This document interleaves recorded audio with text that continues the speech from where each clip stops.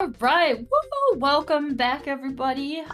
So what we got rocking right now is Paper Mario with Phantom 5800 and their commentator Icebound. I'll let you guys introduce yourself. Yeah, I'm Phantom, and with me I have Icebound, who is actually one of the developers of Rando, if you want to jump in here.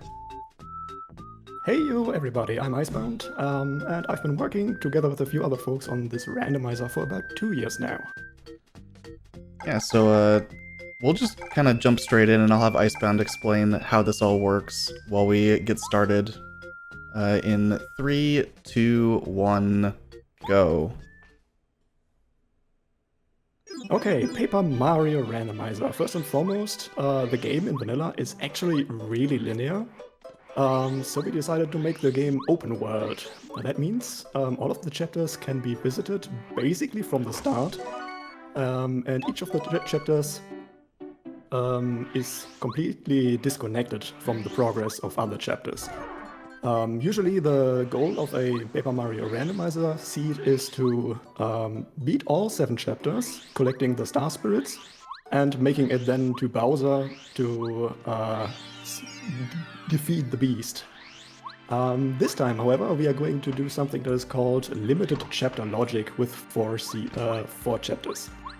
That means instead of the usual 7 chapters, we only need 4 of them, and the limited chapter logic part of the setting makes it so that only the chapters we actually have to beat are allowed to have key items we need for progression.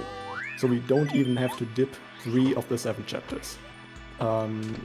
Phantom here will make a quick trip up Shooting Star Summit at the very start of the seed, because the mountain summit actually shows us which star spirits we need to save to open the access to chapter 8. Additionally, the base randomizer settings have been tweaked a bit to make the whole seed a bit easier than usual, because due to us only visiting 4 of the 7 chapters, Mario in general is a bit weaker when reaching the final Bowser battle.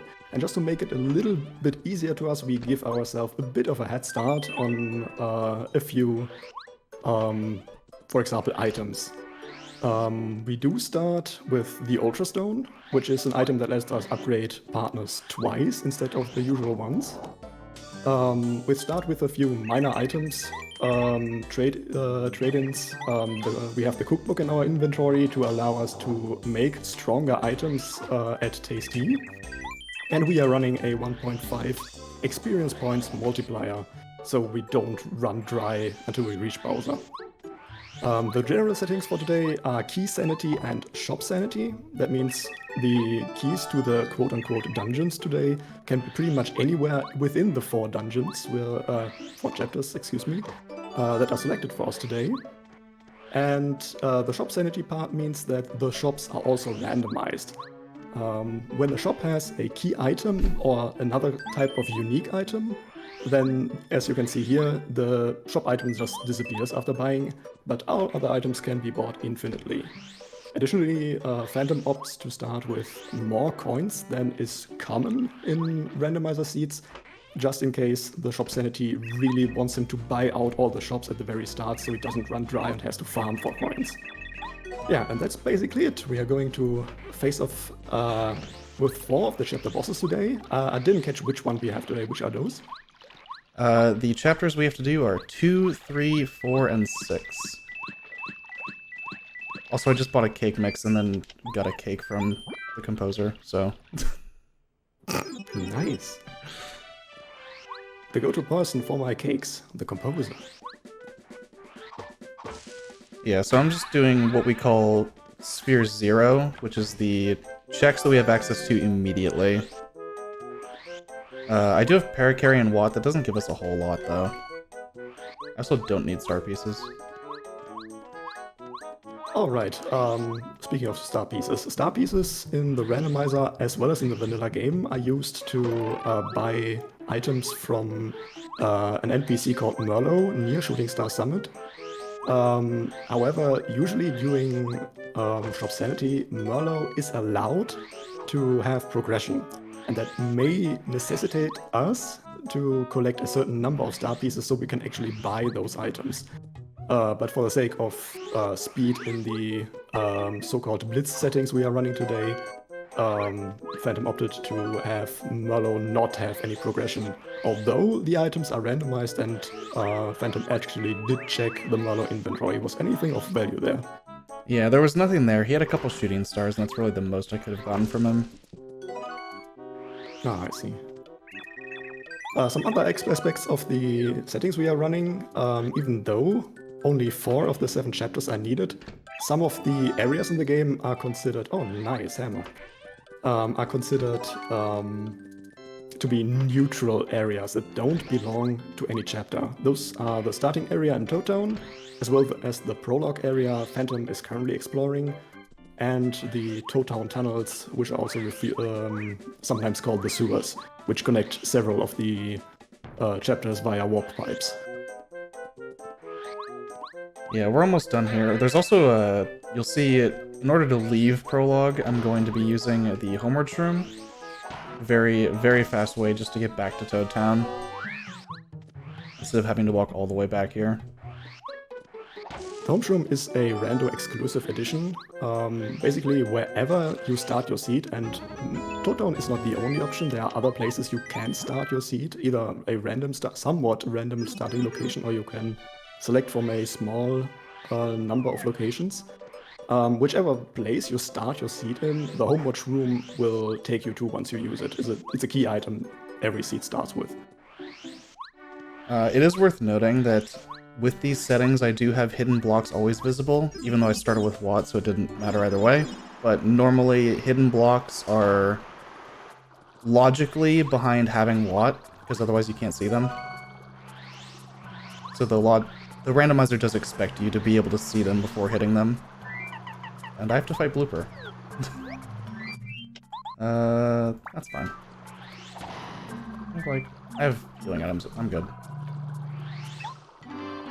So the Super Hammer Phantom picked up in Prologue actually allows us to enter this specific area in the Toad Town sewers and fight this mini-boss, the first of 3 possible bloopers. This specific area has 3 warp pipes that can take us to Prologue, which isn't super interesting because we've been there already, to Chapter 1, which we don't need today, according to the signs on the Shooting Star Summit, and to Chapter 2. So this is probably our logical access, because to get the other way to Chapter 2, we would need Bombette, whom we don't have yet. Yeah, it's possible Bombette is like in Forever Forest, but that's not worth taking the gamble for a couple checks. Traveling the Forever Forest is generally very slow at the start, because it only nets you, I think, up to 5 items and maybe a few more in Boost Mansion. Yeah, it depends on what you pick up on the way. Yeah, exactly. So most people tend to put off having to touch the forest at all, and sometimes even just route around it, hoping they find the super boots before, which then lets you access a different warp pipe to Boost Mansion, allowing us to circumvent the entire forest, which is a gamble. You are skipping 3 items in there, but it might be a valuable gamble. Also something that just came up, because I forgot I had this cosmetic setting, the jingles are actually randomized also. So like the end of battle little couple notes that play are, I didn't catch exactly what it was though. I think it was like a Bowser sound effect, Bowser's Castle sound effect of some kind. Yeah, the jingle shuffle is one of the more, I guess, palatable music shuffle options. There's an option to like completely randomly place every single like soundtrack in the game, but some of the tracks don't exactly fit other areas, and some of them are very short and loop quite quickly, so this can be a bit grating. So generally for on-stream stuff, we tend to avoid using the full music shuffle. I have too many items. as typically happens. Luckily, the shop code here is always the same, so I don't need to figure out a new code of any kind. And the items are always guaranteed to be here in the same spots. And I can just throw these away. Let's hope that doesn't stay that way. I would like to have that randomized at some point. But like as an option, not forcing it on people, of course. It is also funny if you see other dried shrooms or dusty hammers in there, you can buy... I don't need that. You can buy them in other slots, because it just looks for the item itself, not the position of the item.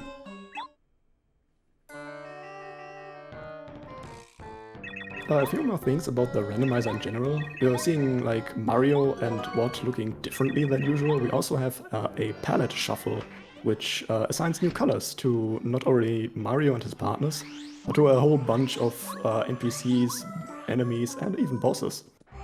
Yeah, I use a setting where none of the palettes will ever be vanilla, so they will always look different. If it's possible, at least. That might be the best damage I'm getting the entire seed, who knows? Worth noting that with limited chapter logic, you don't always get all of the good badges. So with full randomizers, typically a lot of people will go for like Power Rush and Last Stand and a few other things like that, where we just might never see those badges at all. So I will take whatever I can get in terms of that. Double check, I think I might have 3 keys, I do.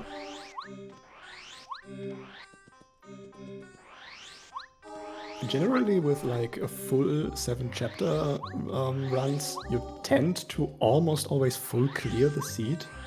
Like not entirely, but maybe a handful of checks left. So your badge layout usually is pretty strong by the end. It can vary a bit in viability due to the cost shuffle we use. We do shuffle or randomize slightly the badge point costs and the flower point costs for moves and badges. With a very tiny chance of the value being completely random from 1 to 8, which can make some strong moves really overpowered, and sometimes they are just completely unusable because they are far too expensive. Yeah, it's always fun when you get like Mega Jump or Mega Smash and it's actually cheap. Just because you don't see it very often. Just dunking on bosses. Yeah, so mostly right now I'm just clearing the desert. There's a lot of stuff here. It's pretty nice to have early, but I haven't seen really anything here. But this is also the way to get to Mount Rugged backwards, which is really you only would see that in Randomizer. So it's a very unique way to traverse Chapter 2. Mega Bomb at like 2 FP is also very good.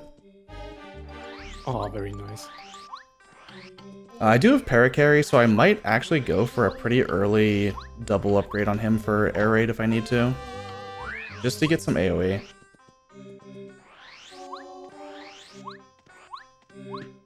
Or I'll just upgrade Bow. And forget Paracarry exists.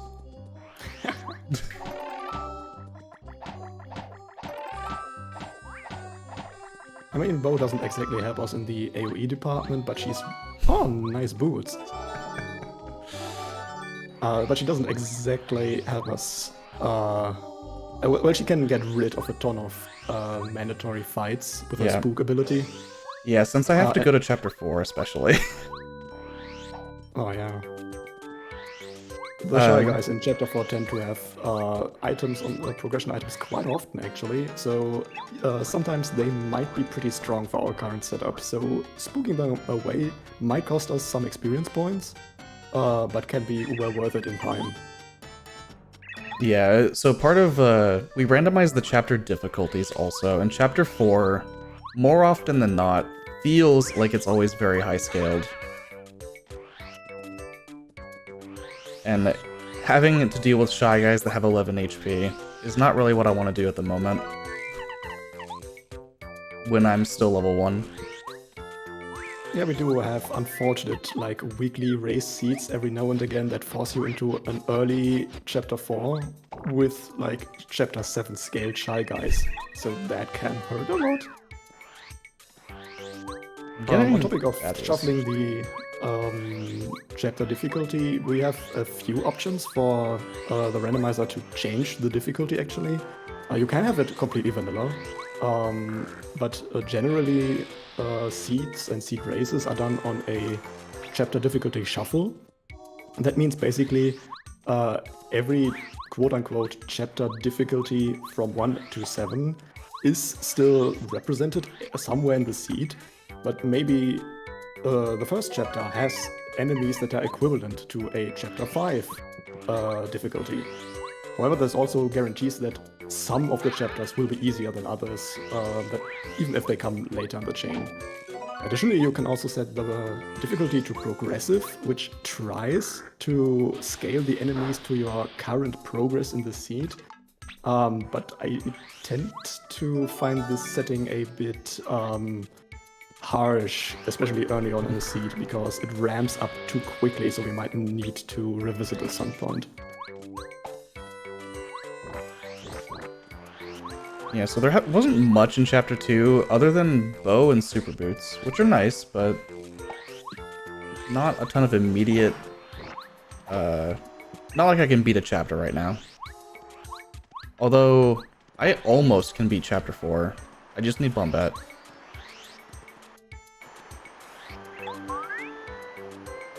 Because I have Train, I have a Cake, I can get in with Bow, I have Watt to fight General Guy with, I just need a way to blow up the wall. So I guess we get to see a lot of stuff in Chapter 4. You did set up the seed with glitchless logic, right? Yes. Okay.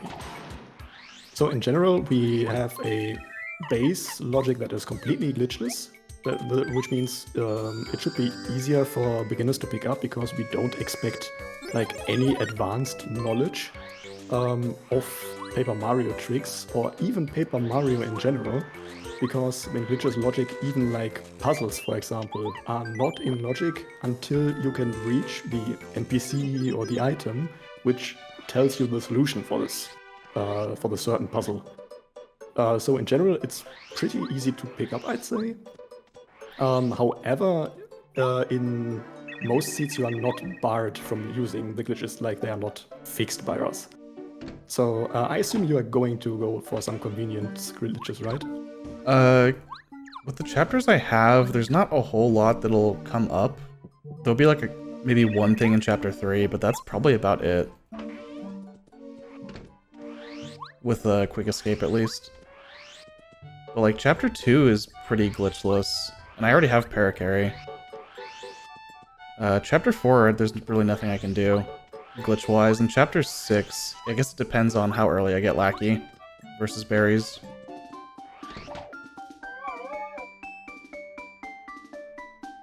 If we were doing Chapter 5, we would be potentially doing whatever we wanted and ignoring logic completely. But Chapter 5 is not one of our chapters.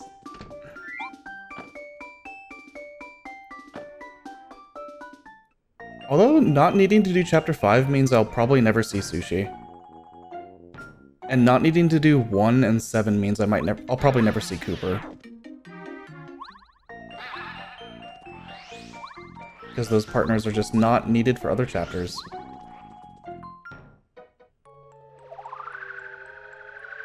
Something that's a bit unlucky with the chapters we roll today is we don't have guaranteed Ultra Hammer or Ultra Boots.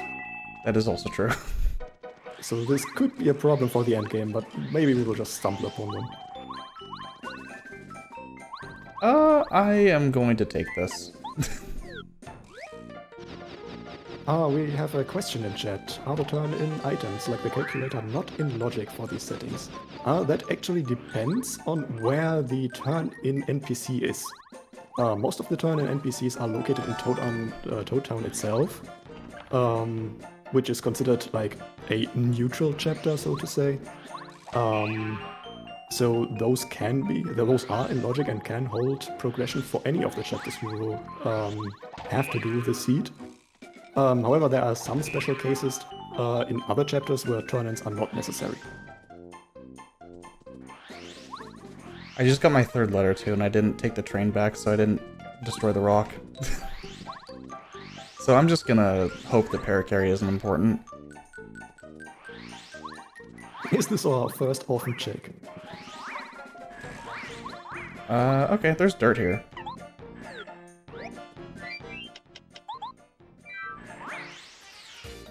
And chapter 4 is chapter 6. Let's go.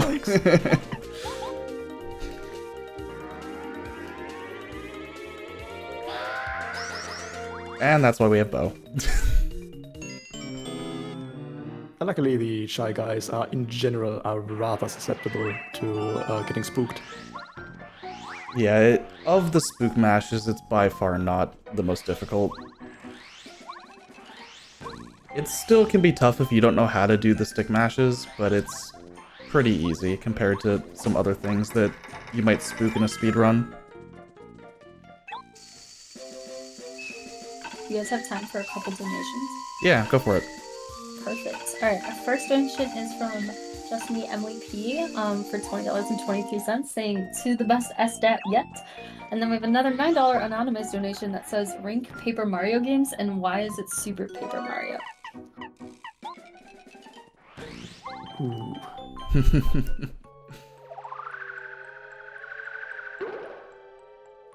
I'll do a funny thing here. It's not going to be much faster, but I can skip some backtracking if I want to use Parakarry. Unfortunately, I don't have Lackey. I can also use Parakarry in this room. This isn't what I was thinking of. Here's a fun trick. What is a wall?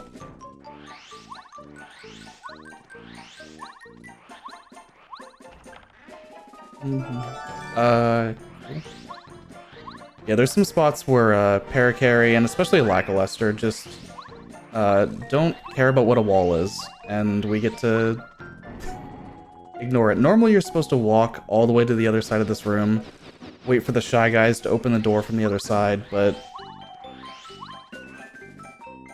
instead you can just do that. I'll do this for fun. It's Oh, nice. 2, 3, 4, 5, 6, 7. So I need to be very careful to hold only straight up whenever I'm moving Mario here.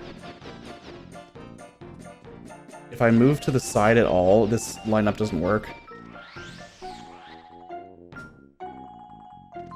And now we're over here. That's basically with what I have, that just skips some backtracking. There's just a very, very precise position on that wall where if you walk into it, you just kind of clip through it and fall out of bounds. And the Parakarry usage there is just to get in the floating point perfect position to clip through that wall. And now we're gonna feed Gourmet Guy. From the other side of where he's supposed to be.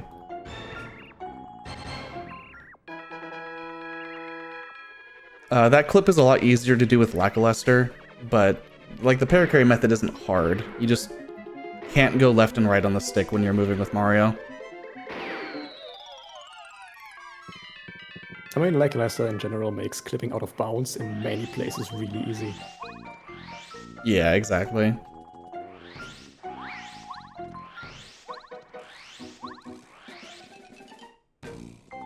And next we have Green Station. I don't have the mystery note, which is, I haven't seen it. That is worth logically caring about. Because as Icebound mentioned, the puzzle solutions are not accounted for in logic until you have the tools to discover the solution yourself.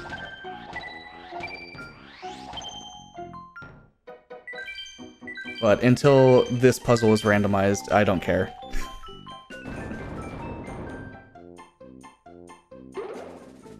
Muscle memory from years of speedruns.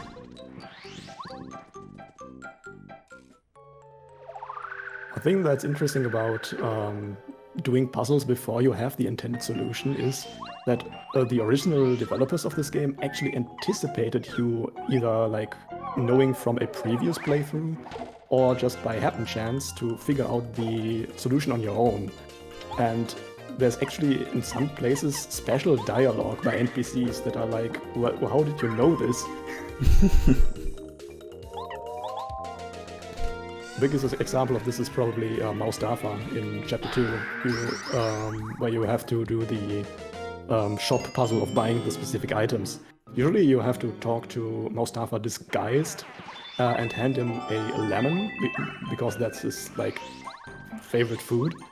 And then he tells you the shop solution, but you don't have to do that. You can just buy the correct items. And then when you climb the houses and talk to Mustafa, instead of being like, yes, you are a very nice person, thanks for gifting me the lemon back then, he's just like, who are you? How did you get up here? Here's my family heirloom. I don't think I've ever read his English dialogue there without giving him a lemon. Just because I've been playing Japanese or holding the B button down and ignoring all dialogue. Oh yeah, speaking of dialogue, we actually, for Randomizer, decided to speed up the text. In general, the text mashing in Paper Mario is probably one of the best in like any RPG, besides like maybe skipping cutscenes entirely, because you can just hold the B button and basically auto mashes for you. I don't know why they removed that in the sequel. Anyway, in Randomizer we actually increased the text speed of holding B even above that, and several cutscenes in the game have been shortened or have been expanded upon by displaying a little press A to skip prompt. And when that shows and you do, then it just fades to black and fast forwards the cutscene basically. It's far from ideal. I think I would like it to be even faster, but that is still a work in progress.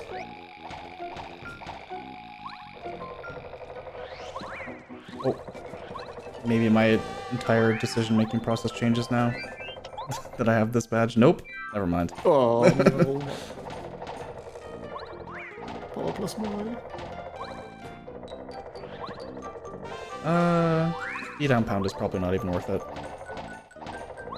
I actually considered fighting Lantrigos just now, and then I have decided not to.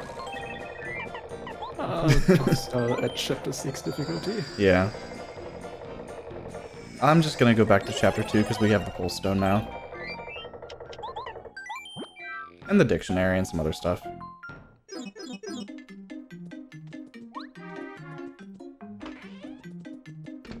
I could go to Chapter 3, but I also don't necessarily... I could go to Chapter 3. Perfect timing. I think I have a Tubba's Castle key that I never marked. Yes, you picked one up, at the very least. Yeah. Do I have AoE of any kind with Mario? I don't think so. I did just get Mega Shock. I can use it once. I have FP healing items. This is fine. So I'm gonna opt to not go through the forest. There's two checks that I'll have to backtrack for. Hitbox. So you're going to do the FP plus? Yeah, I'll do FP plus, and then I'll leave the seed and the HP plus rooms for later.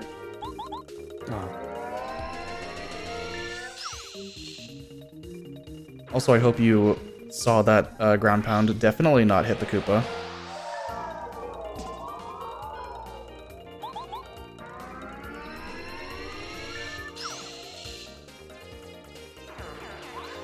Also, the Dark Koopas with the XP multiplier, like, it's so much.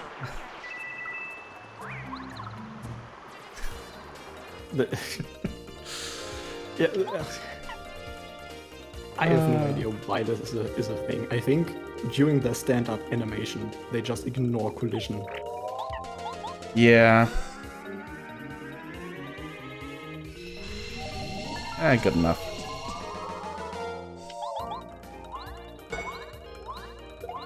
Really sad.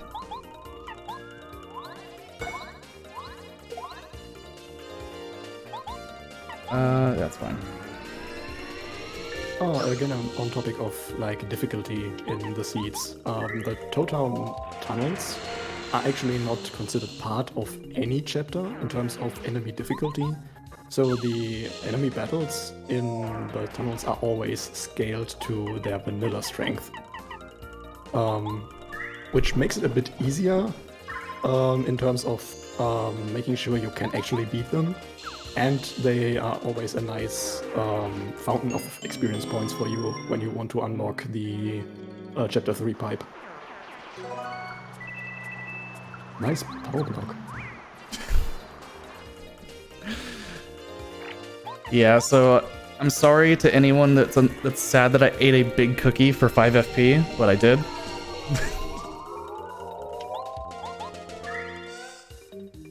Just, it's so much more efficient.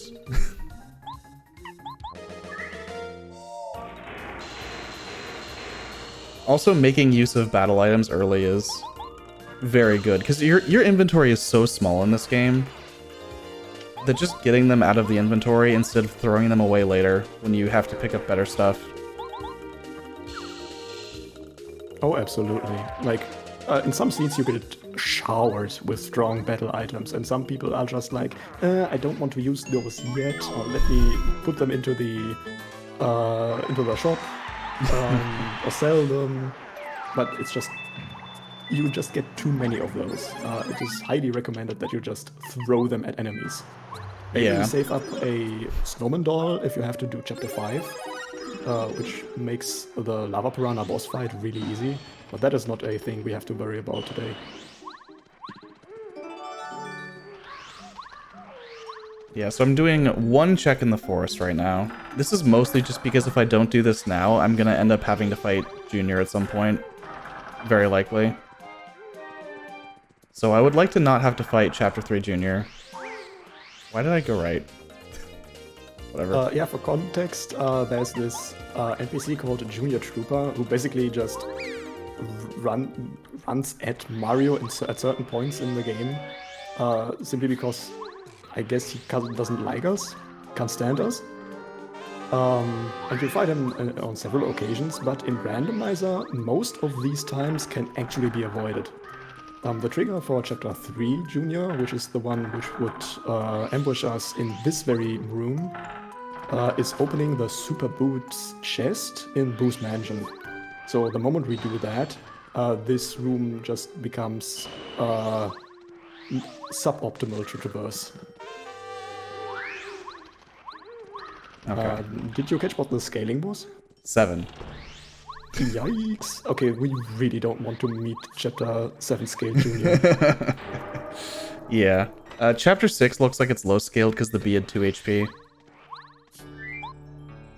But means very little to me because I don't keep track of what the bee's HP means. Please, Boo. Please. No, come back. Thank you. The visual cue for that is when he crosses that last little line in the tiles. Like right there, you see that line that he's next to? If he's on the left of it, he'll never move back.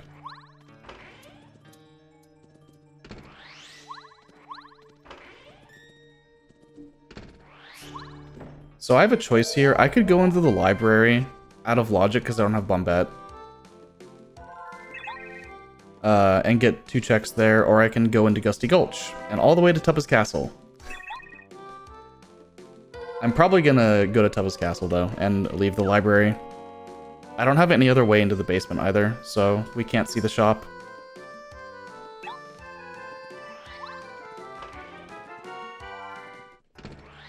Yeah, there's a small handful of places in the game we can't stop you from entering, but then you can no longer leave. And in general, those places are just out of logic until you have the means of leaving again. So as Phantom mentioned, the library in Boo's Mansion can be entered with our super boots, but we can't leave with Bombette, so the checks in there are out of logic currently. They might be worthwhile, we don't know. But we could, I guess, save scum. Just save, check the library, and then reset. If it isn't worth it, but we have to trek back here to climb up towards Tubba's castle anyway. Mm-hmm. Yeah, so I'm only gonna check these 2 crates. And they're not worth it. The green badge there was P down, D up, and unfortunately, for the sake of going fast, doing less damage doesn't really help us.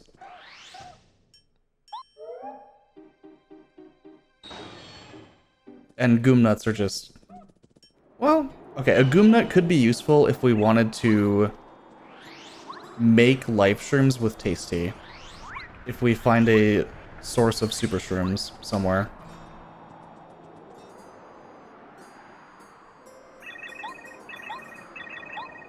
Which, depending on the item drops we get, might be worth considering, because doing like Final Bowser without any backup life shrooms can be a bit scary. Yeah.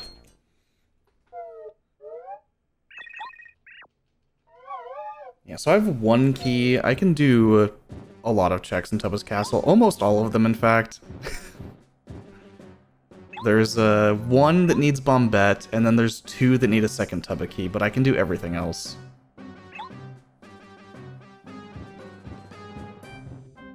Yeah, the final Tubba's castle key only locks the final boss, and actually no items. I would like that badge, but I need Cooper. Who might not show up, who knows? Yeah.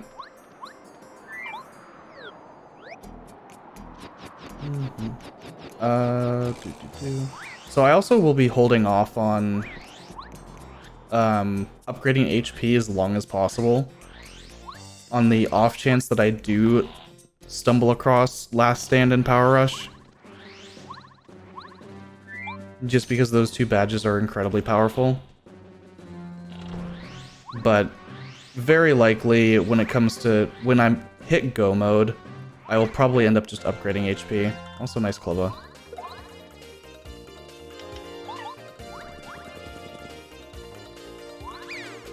Because finding Last Stand, Power Rush, and Mega Rush when none of them have any like logical reason to show up is pretty unlikely.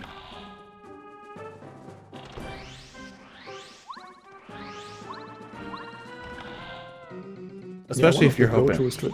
Yeah, especially if you're hoping for other things like Power Bounce.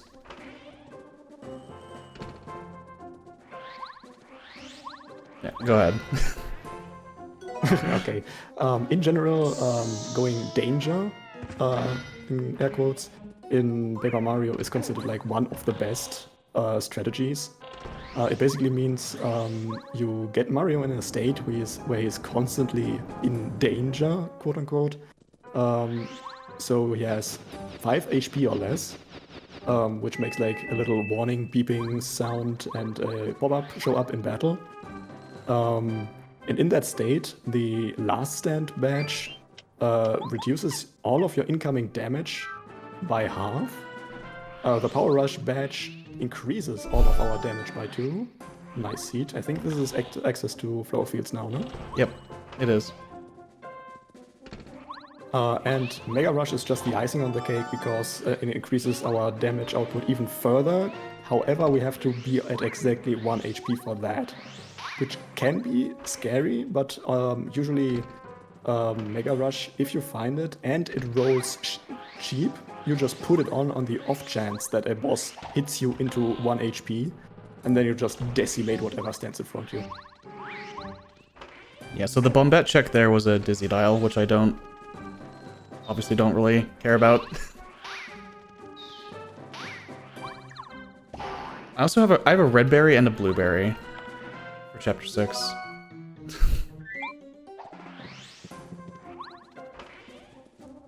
I don't want to upgrade Paracarry too much because his Shell Shot is expensive, but having access to Air Raid would be kind of nice at the moment.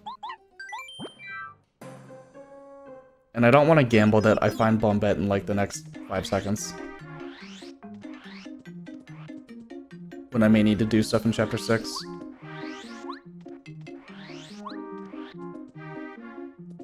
Needing to do 6 does mean I will find Lackluster at some point, which is important. Oh, I have shooting stars here. That could be a way to fight Bowser.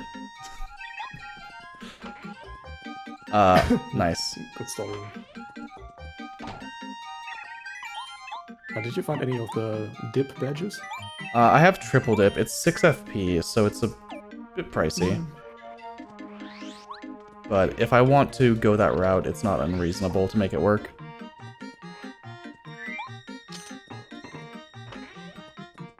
Also visiting our friend here. This is our friend Rip Cheeto. He sells up us several items in increasing costs. In vanilla, he would take 64 coins for every single item. However, for Randomizer, we thought that was a bit excessive, so we lowered it to 2 coins for the first 2, 4 coins for the next 2, 8 coins for the next 2, and so on, up until 64 coins. And his first 6 checks are usually in logic in most settings. However, you can tweak this if you want. Yeah, I bought 10 items just to see if he would give me anything good. I did get a repel gel from it, so it's not like terrible.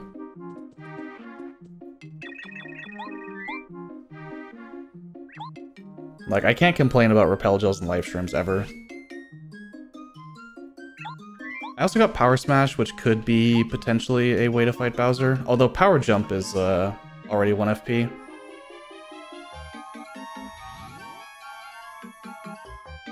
I'm on the lookout for badges like that because having, especially without Ultra Boots and without Ultra Hammer, which is entirely possible, I'll never find either. Having a way to like deal consistent damage for hopefully pretty cheap makes Bowser tolerable. But Bowser's also not the hardest boss I think we will come across. I actually think the Junior Troopa fight in Chapter 8 is a bit more difficult with these settings. Just because of his defense and his first transformation, where he is flying with a spike on his head.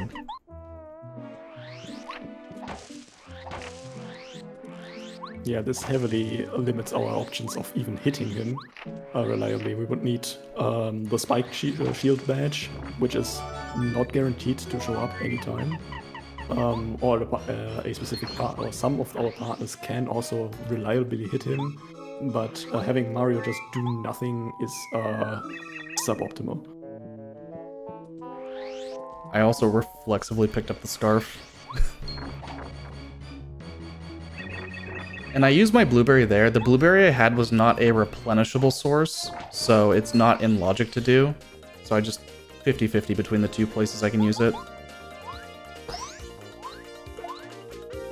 Yeah, using any of the blueberries is completely out of logic until you have a replenishable source. This is actually the case for pretty much any consumable that is tied to progression. You have to get it from a infinitely respawning source, which is a few bushes and trees all over the Mushroom Kingdom, and shops also count towards that. So the moment you see one of the consumables with progression in one of these locations, you can assume that the seed expects you to be able to check that. Quick Hammer is 2, that's fine. It's 2, but I can't get on 2 damage increasing patches with it. I have a snowman doll I can throw at them also. Oh, Power Smash is actually better than Power Jump here. Pretty significantly. Which is funny.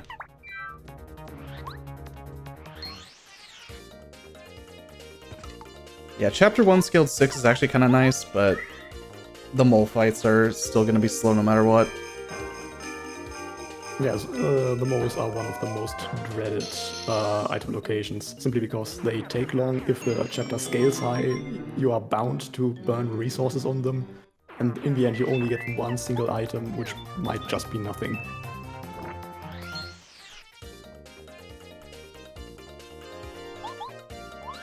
Luckily, Chapter 1 scaled still isn't too bad.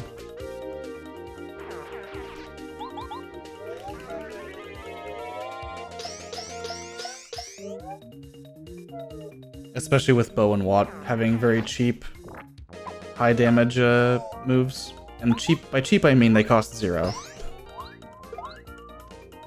Between Smack and Electro Dash.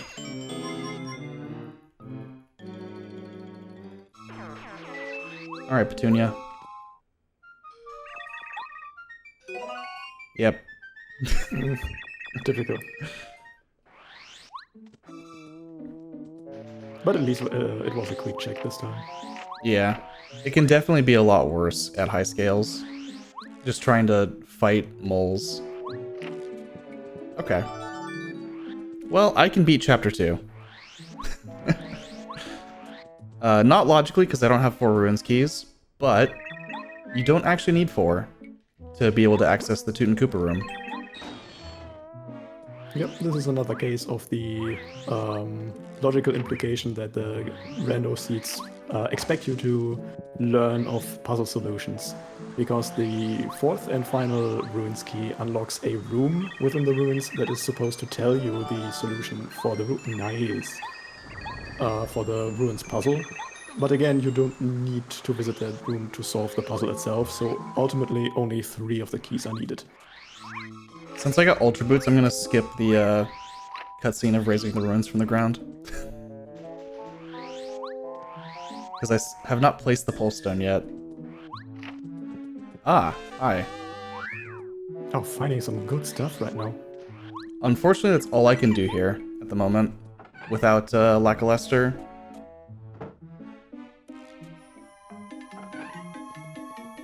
I don't know how strong Chapter 2 is, but it's not 7 and 6 scaled, so...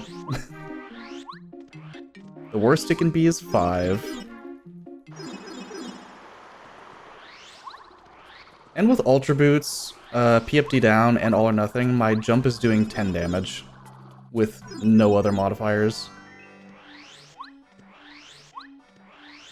So I'm not really too worried about damage at the moment until we get, like, an enemy with defense. Which General Guy is gonna pose issues. Mm-hmm. So yeah, we have this beeping rock with us, leading us to where the ruins are. And it really wants to go into this pedestal. And to that I say, no. Oh, too high. And we're in. Yeah, the loading zone is just always there. So if you can get to it somehow, then you can just take it. As long as you can jump up to where it is. Yep, this is basically trivial once you have the Ultra Boots. Alternatively, you can use Lackluster, if you have him, to jump off of him using a little frame-perfect trick. It sounds worse than it is. It's not that bad to hit. Yeah. Which also gives you enough height to get into the loading zone. I will not be taking the spicy soup from the ruins.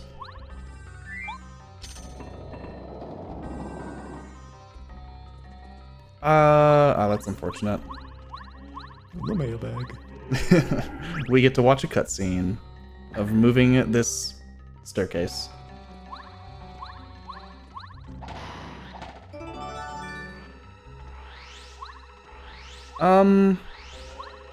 Yeah, I'll do these fights.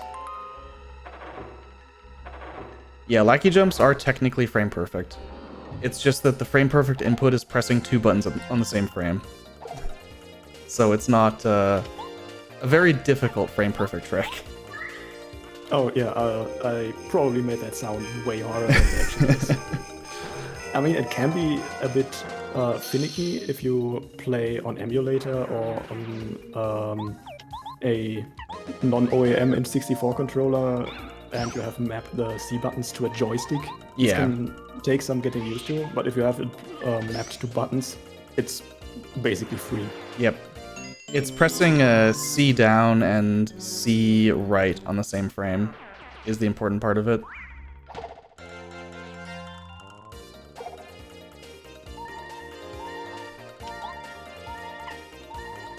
I mean, this is fine.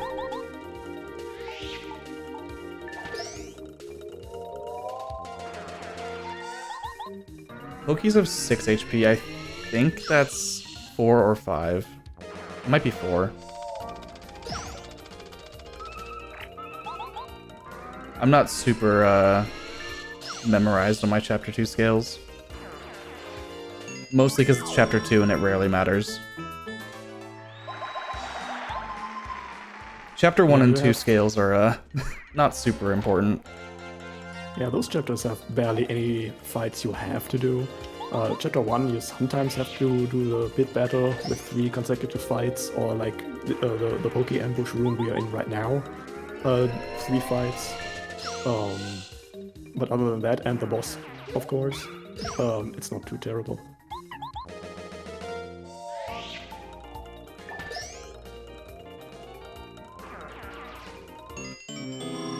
We have time for a quick donation? Yep, go for it.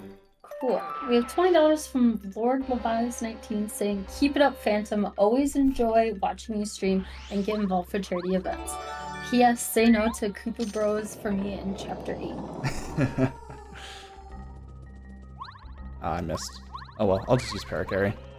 You can make this jump, but it is a little tricky. The ruins are actually curved, and you can take advantage of the fact that it's curved to jump across that gap without using Paracarry. And I'm gonna just do this real quick.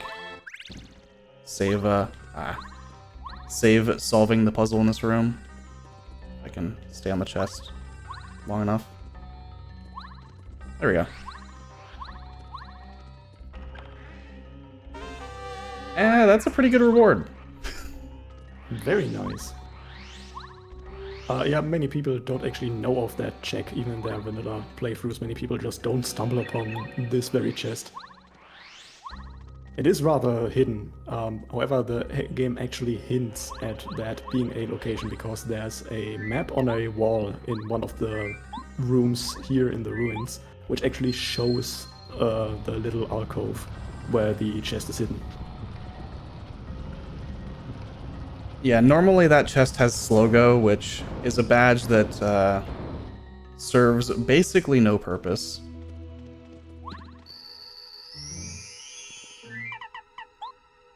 I did actually buy Slogo from Merlo, so I will show you what it does right now for those that don't know. This is now Mario's fastest speed, and I can't spin. That's what it does. He's zooming.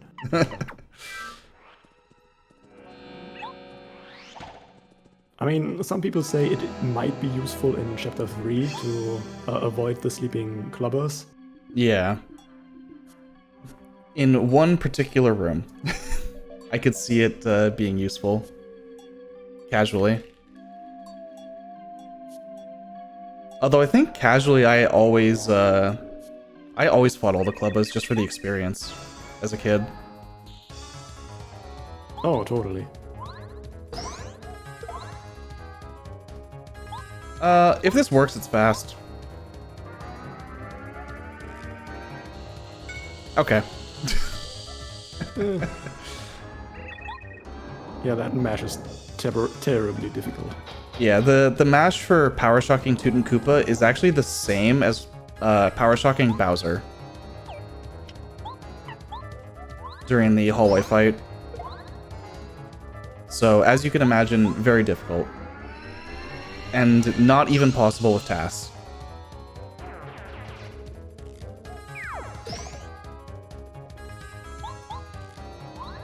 I mean, in general, I find it quite interesting how many bosses in Paper Mario are even susceptible to any status effects, because in most RPGs I feel like bosses just get totally immune to those. Yeah, on Toon and Koopa, the multiplier is 30%. So, I don't know exactly how that fits into play. Also, Power Shock is just bad. Because Power Shock is weighted to fail.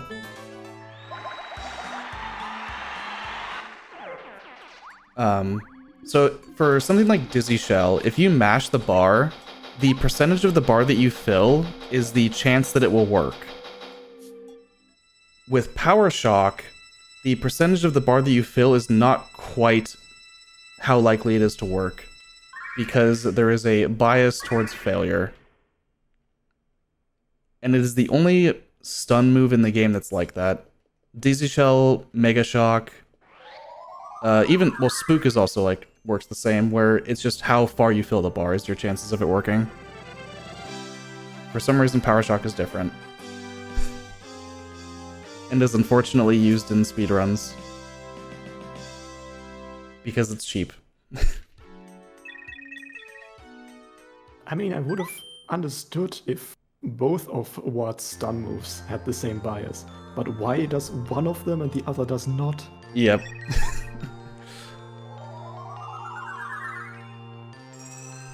So since we beat Chapter 2, we actually unlocked a new check in the desert. This isn't quite vanilla, because Colorado doesn't leave until you've like left the desert entirely. But that definitely would have been a pain in Rando if you had to like leave the desert and then come back after doing more stuff. But this tree normally has a letter, and Colorado's tent is in the way. I'm gonna go to Parakarry. This is the closest I'll ever be to give him his last letter. Yeah, I think that's a good call. I mean, lowering the number of orphan checks in Blitz settings usually pays off, I feel like. Yeah. There's just so weirdly few checks available that skipping stuff is like kind of risky. But it's very high risk with very high reward kind of situation. Where either way, like, your reward is going to be pretty good. I want to go this way.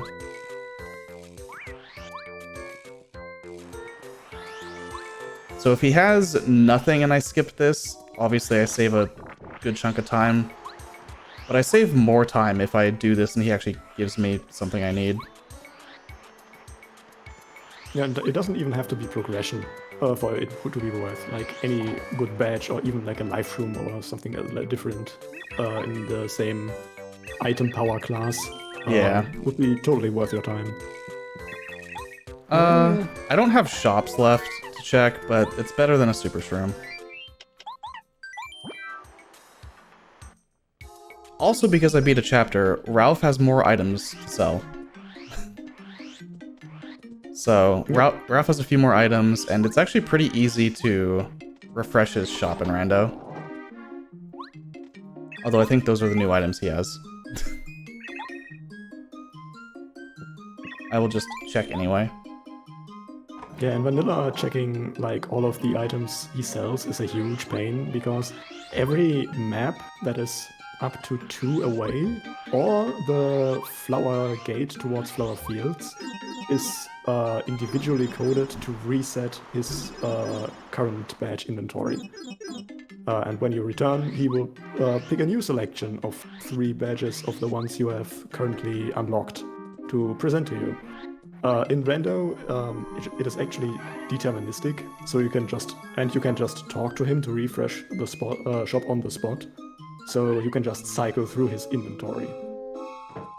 So I forgot that I picked up Lackey. Let's go up here first. If I don't find a yellow berry, I will also just not need one, because I have Lackluster. Unlikely that I'll see a yellow berry up here, but I do need to do these checks regardless. Because I do need to destroy the machine.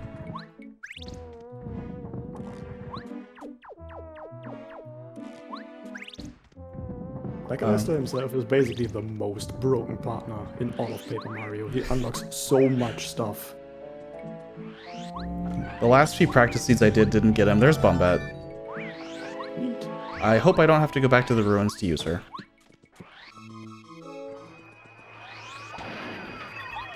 Because she does unlock a couple checks there. I mean, maybe if we find 4th ruins key. Still not ideal. I'll just kill the daisy. The Lackey, along with Sushi and Watt, because they're later partners, their base damage actually starts higher than the early partners do. So they do 3 with their basic attack unupgraded. Whereas like Parakarry, Bombette, and Cooper all do 2 damage. And then Bo is special and does 4. But she doesn't help against enemies with defense.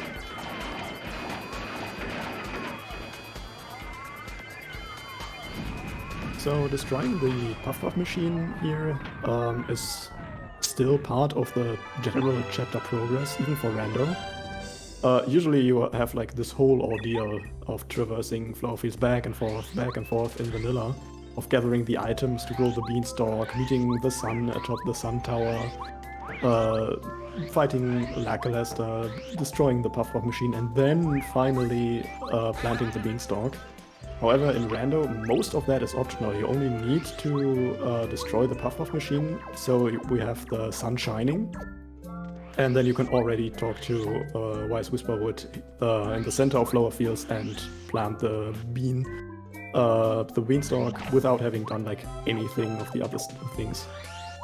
Anyway. Lackluster.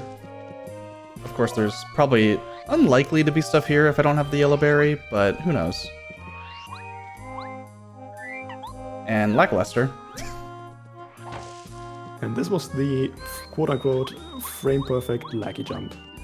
So basically, jump off of Lackey and change partners on the same frame, which gives your jump off of Lackey, the dismounting jump, a tiny bit more height, which can clip through ceilings. Okay, yeah, so there was nothing here, but we got to show off a couple things that Lackey can do.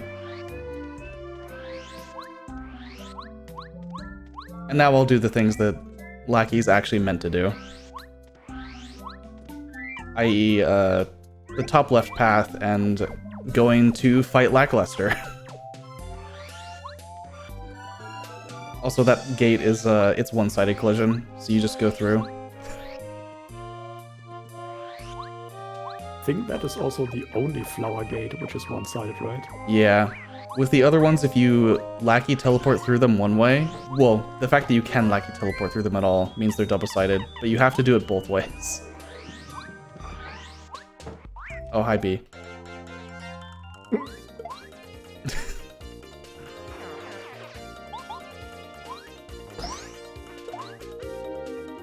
So since this is low-scaled, obviously everything's giving me, like, basically no experience. Luckily, Lackluster's a mini-boss, so I will get a bit more from him. Because boss scales are... Ooh, okay. Well, I needed to come here anyway. This is a somewhat precise trick jump. You are meant to blow up the rock atop that arch with Bombette, and then a hole opens up. This is, I think, not visible usually, but you can just fall through the ground there. Yep.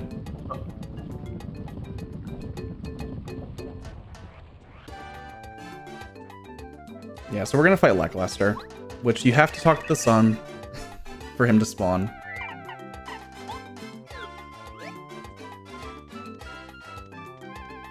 Which is nice for just the aspect of like, oh, Lackluster's fight is blocked behind Bombette, so it puts a little bit more logic behind it than just, you can get to this room. I can beat Chapter 3. That's probably what I should go do next.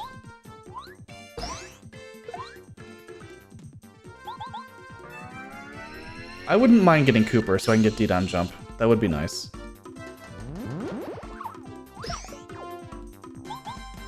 I mean, I think technically you can reach that with Paracarry with a pretty precise lineup.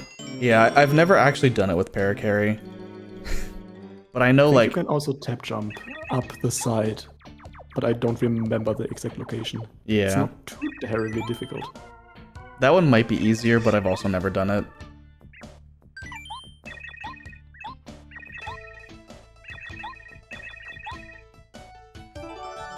Thanks, Lackey. I don't even need that in this seed, even if I... I don't need to go to that room at all, so... I'll do one more check. In Chapter 6 while I'm here. Even though I don't have a blueberry. And here we see one of the other aspects of why Lackluster is one of the most broken partners in the game. Basically, the animation of him running towards you while you are trying to mount him slightly offsets the final position, and that can just clip you through a bajillion walls.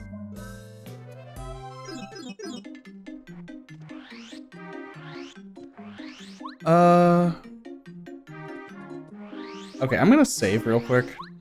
I don't think I've saved this entire run. Uh-oh.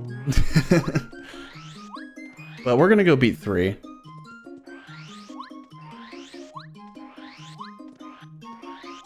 Yeah, I think we still have 2 locations we haven't checked in Tubba's castle, and it also unlocks 3 more items in Ralph's shop. Yeah, And we exactly. have to do it anyway, so we might as well do it now. Yep. While I'm here, though, I can check Boo's Mansion shop, because I do have Bombette.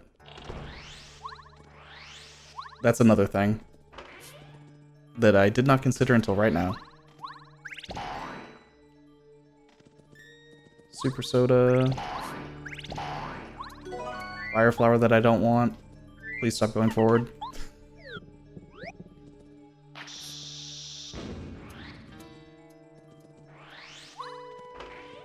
Yeah, shops in general are incredibly good check density-wise. I will pick that up.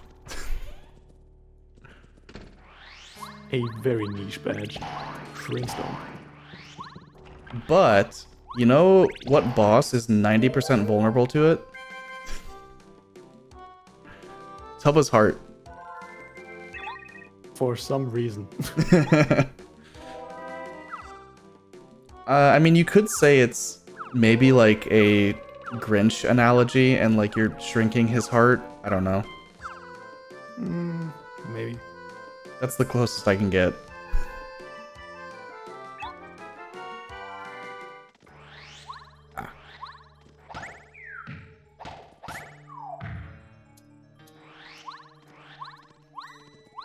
And there is... Yeah. Repel dress for sale? Maybe not bad. Yeah, that's not terrible. And I have, money. Yeah, just buy some and store them. Well, we're swimming in money, jeez. I wasn't kidding when I said I had money. That's more than I'll ever need. I'm gonna buy that. Just in case I end up using them. I probably won't. Repel gels aren't, like, as important to me. I'll buy that too.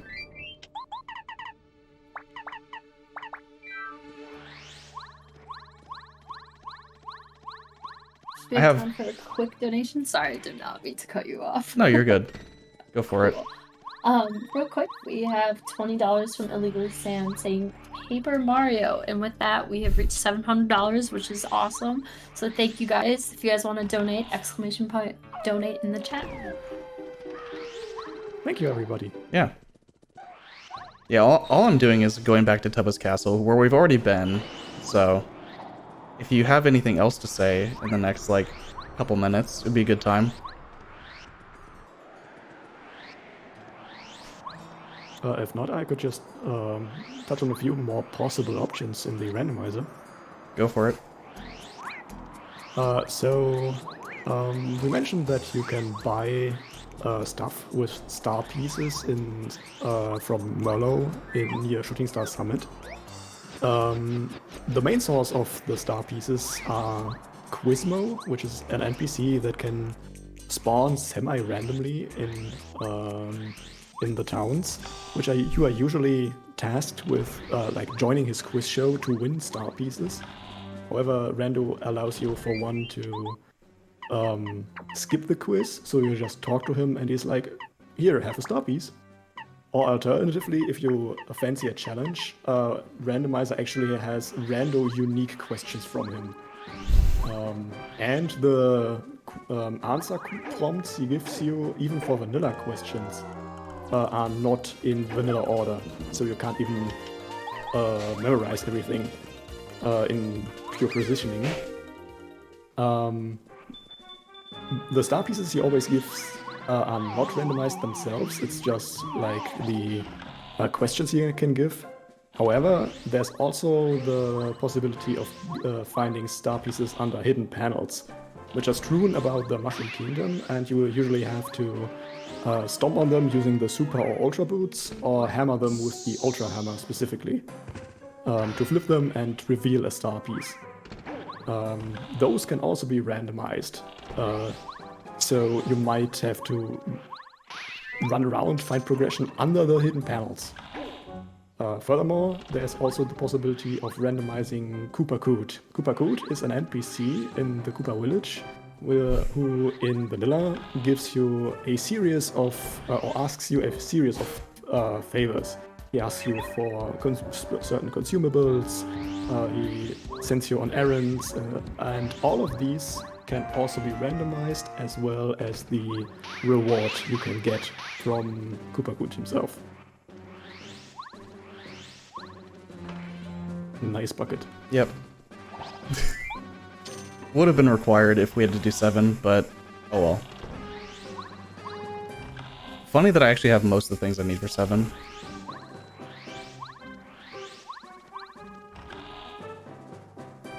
And this is one of the only items in the game that is not randomized. For a lot of reasons, honestly. I mean, people have been asking for us to shuffle Yaki into the pool. Yeah. Like, it could be interesting, but at the same time, if you just found Yaki elsewhere, it kind of makes Tubba's castle just... Why would you ever come here? Yeah, it just makes the location the worst. Because then you have this very chest locked behind 3 Tubba's castle keys, which also cannot be skipped in any way, which is super feasible. As far as we are aware, the Tubba Castle is the only chapter where you are absolutely required to use all of the keys, save for one specific very, very niche trick to skip one of the keys, which I think is never done in Rando. I've never done it. Also, I think that was the first and maybe only instance of no, there will be more. That was the first instance of a Rando exclusive cutscene skip.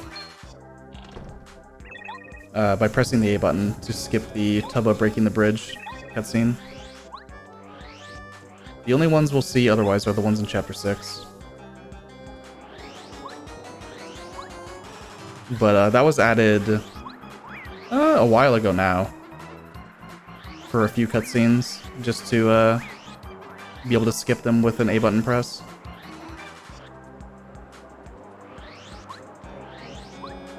You also may notice them in peril. And that was not a mistake.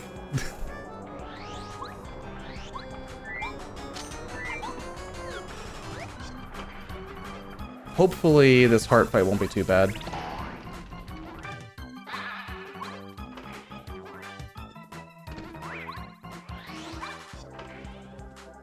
I mean, the hard battle is one of those where you can just abuse danger and peril strats to no end.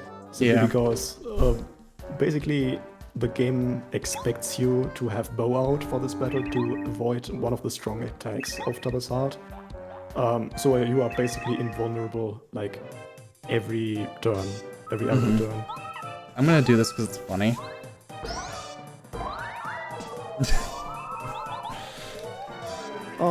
cute. But unfortunately, there is a little bit of extra dialogue here if you have bow out. It takes another couple seconds.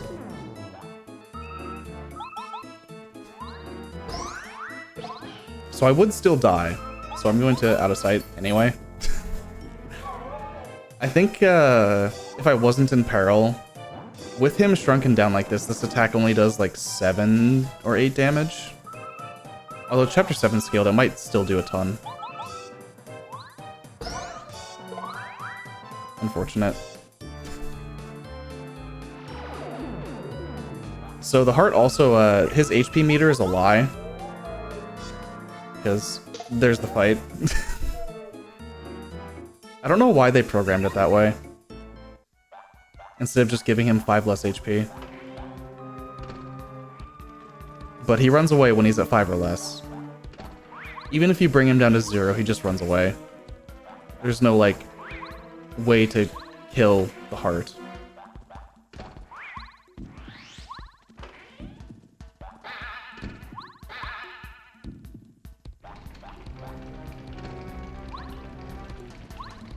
And then we have Tubba. Oh, sorry. We have a comment in chat saying it sounds annoying to code for the story triggers. Actually, I think by now the custom story progress is no longer what makes up the most of the coding. It used to be that way for many, many months, even after we released the Randomizer website. And I think almost 8 or 9 months of the entire year we spent on the randomizer before public release was spent on working on the story triggers.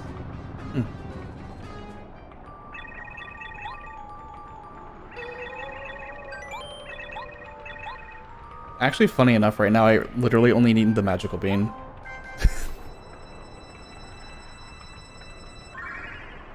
I have everything else.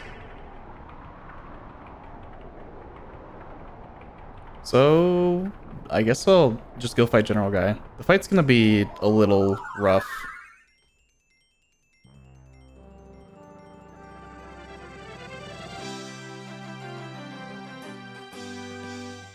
Not too bad. I do a pretty decent amount of damage, but... And Watt is cheap to power shock with for the first couple sets of, waves of the fight. I guess the still guys in the shy stack.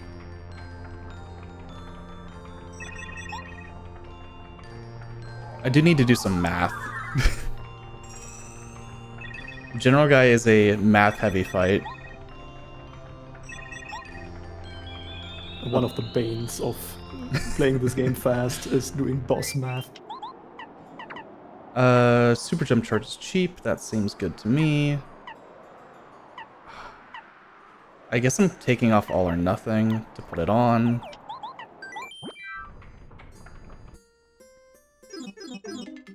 So my hammer does... Hammer does base 4 plus 1 from P up D down. I need to take off P up D down. Keep all or nothing on. So... does 5 damage. I need a way to do 4 damage. Although, okay. Other option. My boots do 8. That's too much. I could just attack with Watt. Do I have... I can just use a shooting star. I'm not doing math.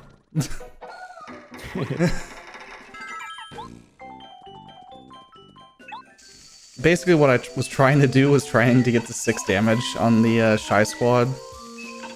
Because they're... The way that they work is it's 15 Shy Guys that do 1 damage each. And every damage you do to them gets rid of one of the Shy Guys. So I need to get them down to 9 Shy Guys by doing 6 damage so that they can do 9 damage to me and put me in peril. Which is the kind of crux of this entire fight.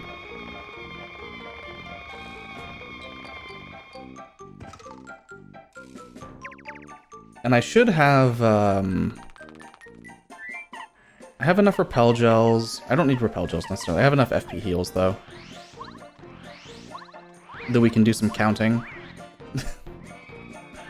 During the, Shy Stack portion of the fight.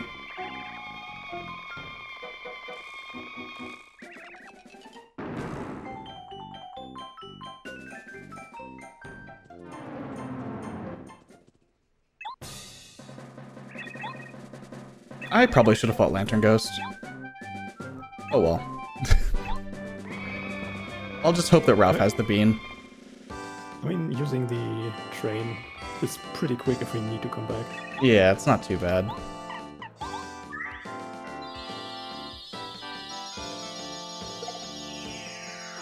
Easy 6 damage.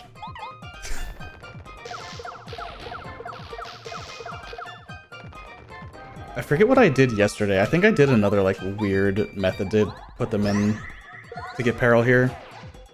Like, used some other item or something.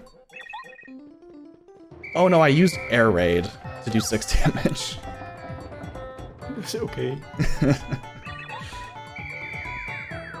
Big AoE for the single shy not stack. Yeah, the squad still guys in Shy Stack. Yeah, so, this is where Watt is, pretty good. Especially with the 1 FP Power Shock. Because Shy Guys are very easy to Power Shock.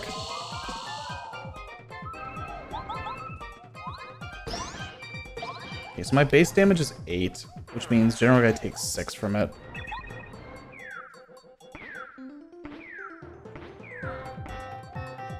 And we're gonna start doing math with Mario's, not this turn, but the next turn. So if chat wants to count along, feel free to.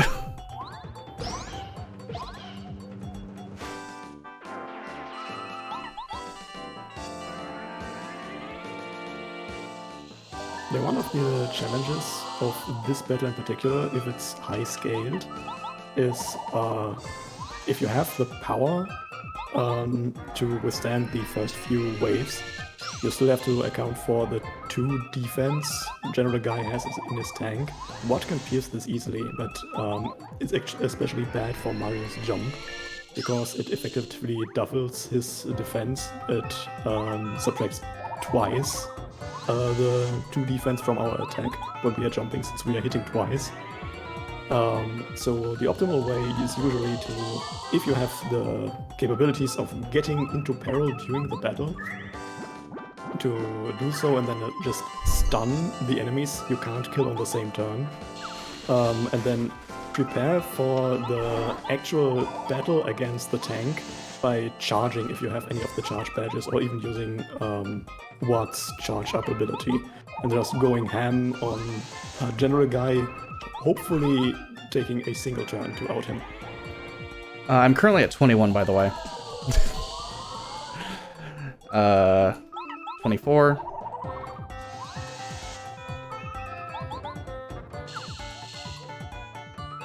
And this is definitely more than enough.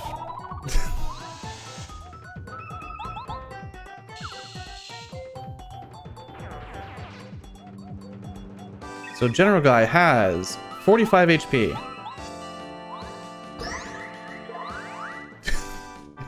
Bye-bye.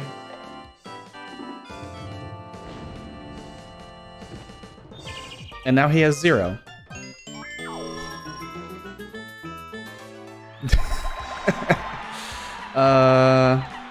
Honestly, I kinda...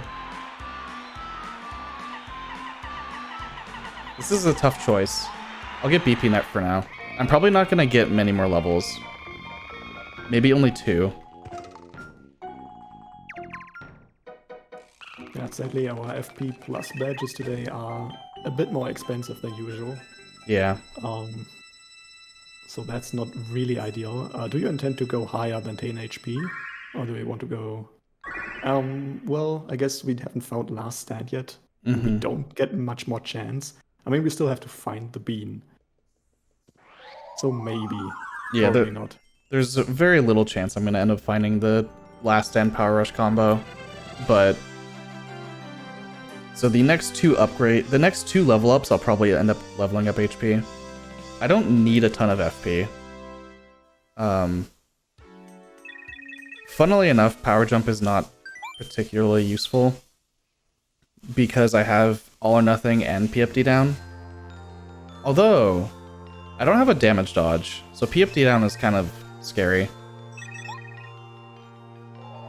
I probably actually won't use PFD down on final with that in mind, which means Power Jump is the way to go. We have time for a couple more donations. Yeah, go for it. Awesome. So we have $15 from Biz saying, I have a sneaking suspicion that we're going to break $738 by the end of the day. Good luck, Phantom. And then we have $20 from Beth saying, good luck on the Paper Mario Rando. Here's to hoping you find Goombario. I know how much you love him. And then we have $5 from Goombario saying, hello chat, make sure you tell Phantom how much you love me. So with that, we have broken our day one record, and we are sitting at $740 for Save the Children. So thank you everyone that has donated so far. Yeah, thank you a lot. Thank you, everyone. That is very generous. Okay, that was everything from Ralph. Although I did get the melody, so let's go hear a song.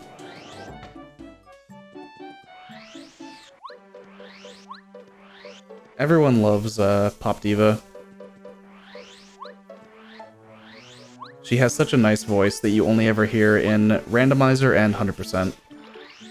Because otherwise, why would you ever do this?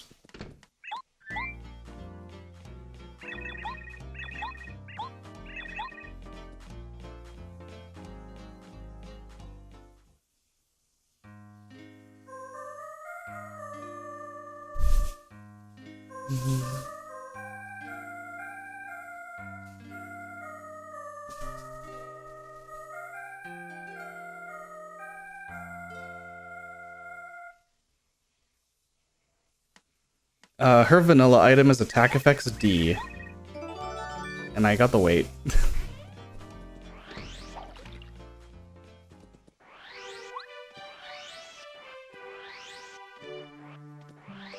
But the way that you...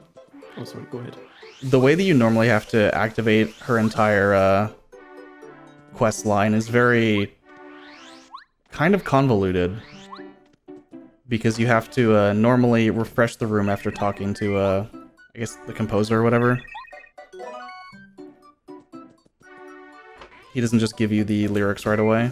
And you have to be in a post-Chapter 2 state for that to even trigger.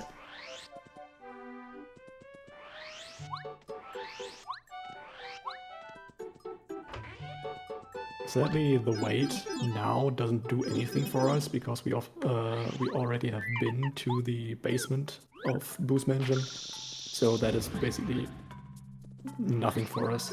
Yeah. Which means we are still on the hunt for the medical beam. Luckily, this is a pretty, like, dense area of checks.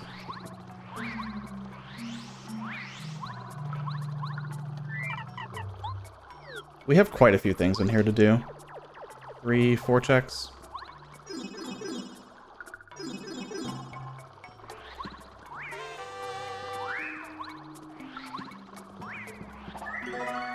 Not that I need the repel gel.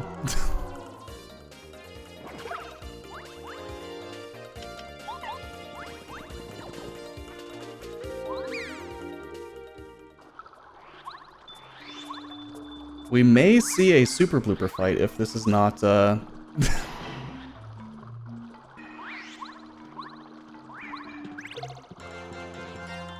think we're gonna see a super blooper and Lantern Ghost fight at this point.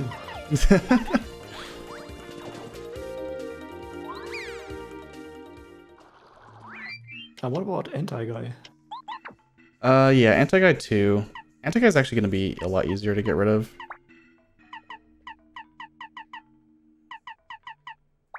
Actually, Super Blooper, we can do Shrink Stomp. Oh, right. I think that basically trivializes the fight, because as long as he is status in any way, he doesn't charge or spawn babies, if I recall correctly. Yep. It makes the fight very different.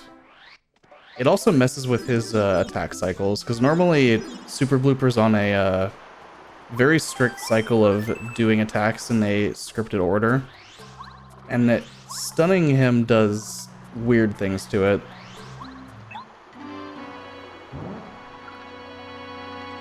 Although this is Electro Blooper. Oh yeah, no, I didn't do the, I never opened the shortcut, whatever.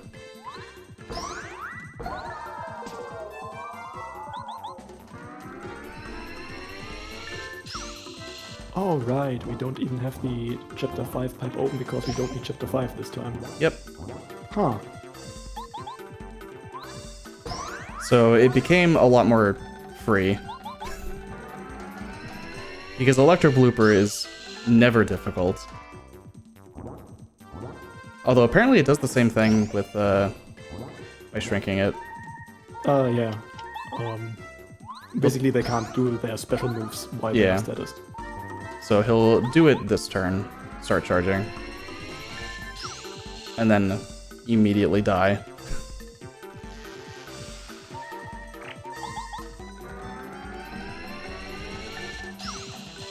This fight is way easier than most people think, simply because by charging, Super Blooper wastes every other of his turns, and you can get rid of his charged status. Nice life room. By simply damaging Super Blooper, Electro Blooper in any way. Luckily, we also have Watt, and since she is a Sparky, she can just hit Electro Blooper without taking the electro damage. But any attack that doesn't do direct contact to the enemy will help in that case. Yeah, I should have jumped on him with Mario to get into peril. But oh well. I will level up from this fight. Another one of the easiest fights in the game. Because we have Watt. Being shown as a difficult battle. Like, he's a Chapter 4 usually enemy, and he isn't scaled in Randomizer like ever. He's always in his vanilla state, so that's always 50 HP or his 10 and 11 damage attacks. Yep. However, using Watt and just sunlocking him is totally viable. Even though this is pretty easy, if you can match the stun, it is actually not in logic to defeat or to get the chest guarded by a guy by fighting him. There's another way of getting rid of him and getting the chest, and that is by giving him a lemon candy. Oh no. Is this a trek back to Chapter 2? It will be in a second. But we're gonna fight Lantern Ghost first.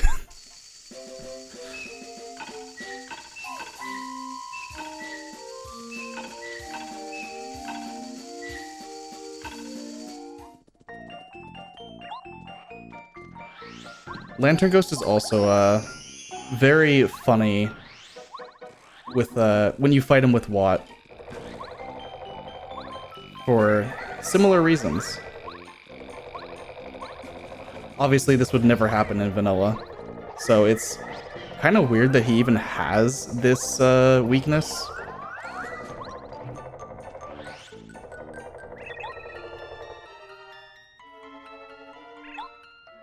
How much HP does he have at 6 scale? Probably like 45.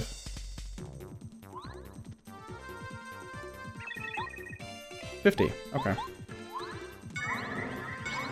Yeah, it's actually pretty interesting how little work we had to do on enemies in general for the randomizer. Because every single enemy in the game has a full status table, what they are vulnerable against and what they are not vulnerable against. Even enemies that at that point in vanilla you have no way of inflicting set status. Yep. And every single enemy is also coded to allow you to use defensive action commands against them. Even the very first fights where you don't even have action commands yet. Yeah, so Lantern Ghost is, I think it's a 40% susceptible to shock, which is definitely doable to max, but it is difficult.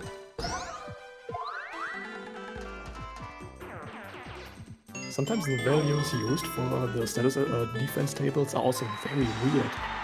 For example, there's one mini-boss we will not get to see today, because he belongs to Chapter 5, called Fuzzy Pete.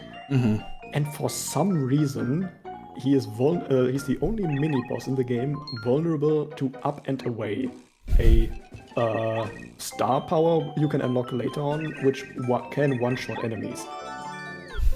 Oh, of course, there's been... no Chapter 2 track. Nice. So I guess that's go mode? Yep, that's go mode. Just need to fight Huff, which at 1 scale I don't think will be an issue. But yeah, no need to go back to the ruins to use the 4th key, thankfully. There were also 2 Bombette checks there, so there was a little bit more than just 1 check.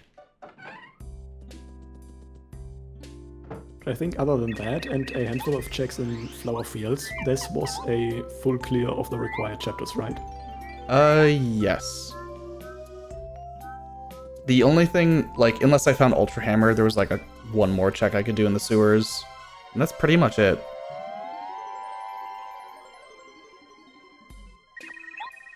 Bless skipping this cutscene. Yeah. Actually, this cutscene of riding up the beanstalk is the only one you can skip in Randomizer, which is slightly bugged. If you paid attention, you might have seen the press A to skip prompt pop up in the bottom right, but the cutscene skipped not starting yet. That is not because Phantom missed the timing or wasn't mashing or something. That's actually a bug with the cutscene skip we have to fix at some point.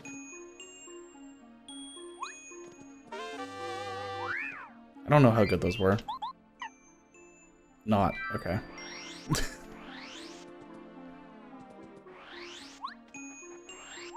Kind of desperate tier.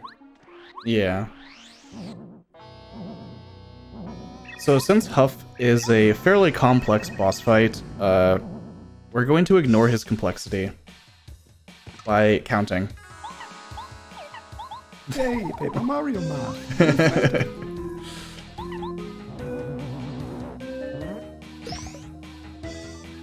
So my starting damage is 5, so that was 8, 11.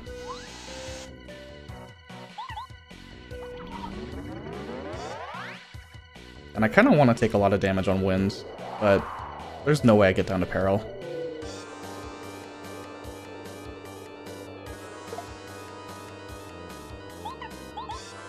$14.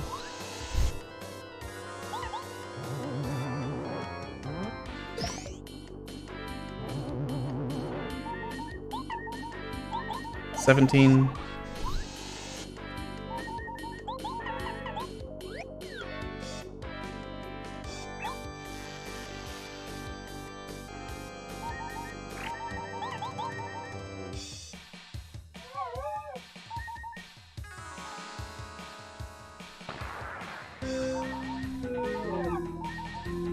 And Huff has 32 HP.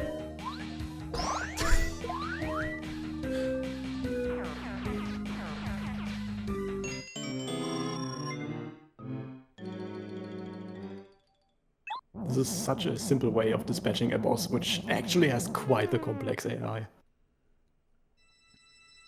Yeah, so like if you damage him on a turn that he can stomp, he will heal.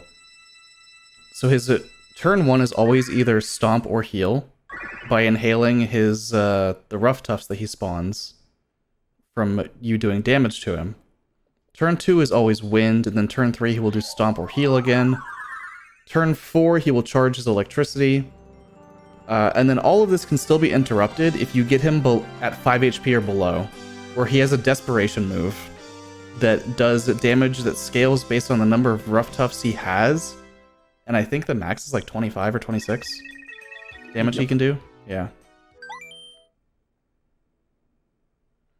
It has a pretty high initial damage and then scales at I think 2 additional damage per rough tough on screen, which is I think 10 maximum. Yeah.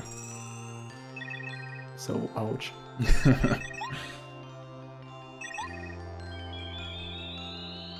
Luckily, Huff is one of the bosses that have, I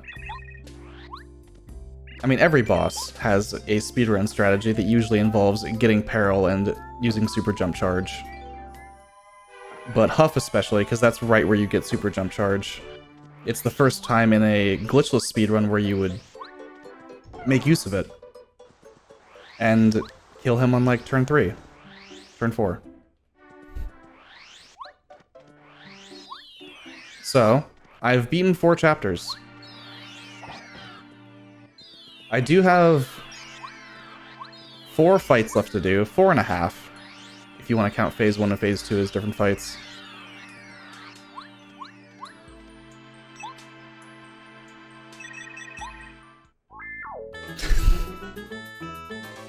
I mean, That's in the a sound dialogue we effect. just skipped, it says that we freed all 7 of them, but I guess the other 3 managed on their own. Yeah, probably. Are you going to grab the repel gels from the shop? Yeah, I might as well. I have the inventory space. I also tend to check this shop anyway. And see if there's something there that I want.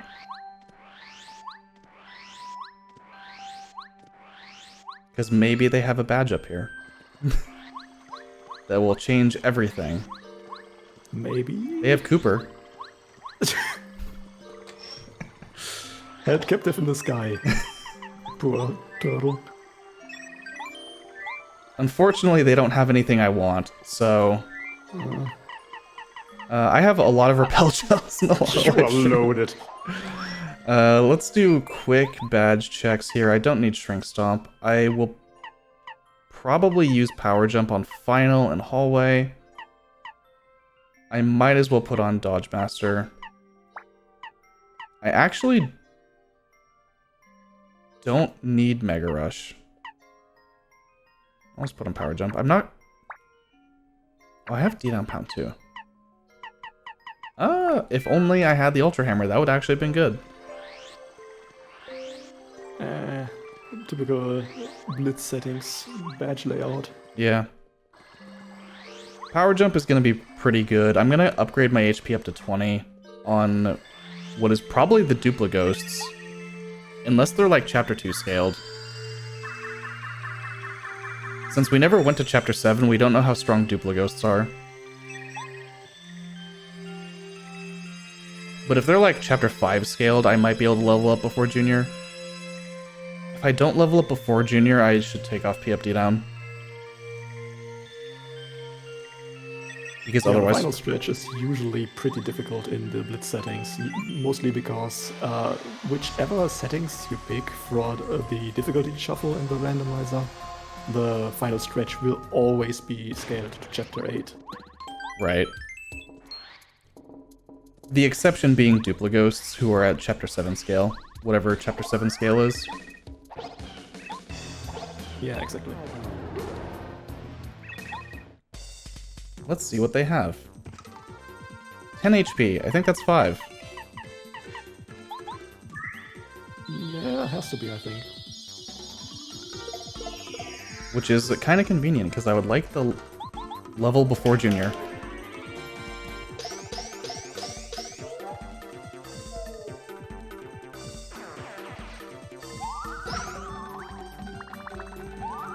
Typical.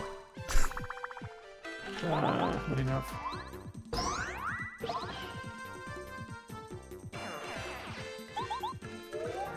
Alright, so I'll have to take off PFD down, which is fine.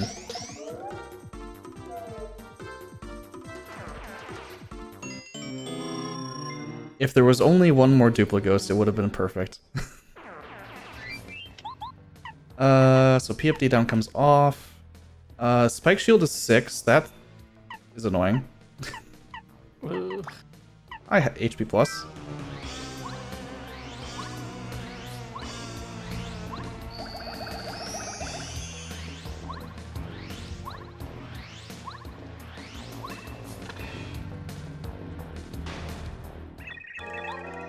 These sound Well, as effects. you say no. Oh, right. No. What? Who are you guys? We haven't seen you. Yeah, I've never seen these turtles in my life. What was that? I don't know. You just kind of showed up. I wanted to chill out, not Starbeam. Oh well. I'll just use out of sight. Get beamed on. It dinked. That's crazy. Shoutouts to Adam starbeaming Duplighosts instead of up and away in a race.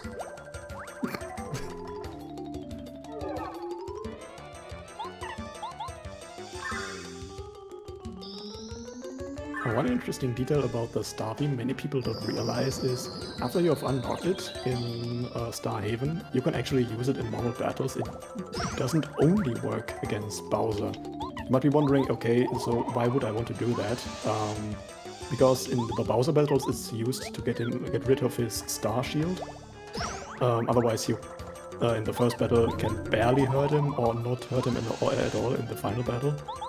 But the Starbeam itself actually removes buffs from enemies. So if you have an enemy that is like jacked up with the help of like Magic Coopers, even maybe turned invisible, you can just remove this with the Starbeam. Really niche and rarely used, even in Rando.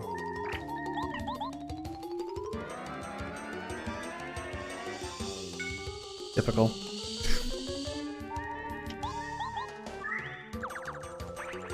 Oh no, whatever will we do? It's a suitcase mystery. with tons of items. Yeah.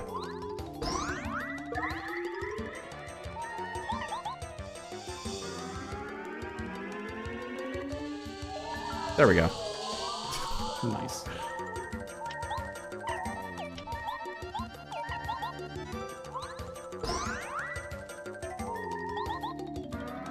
I'll probably refresh and try and Power Shock again.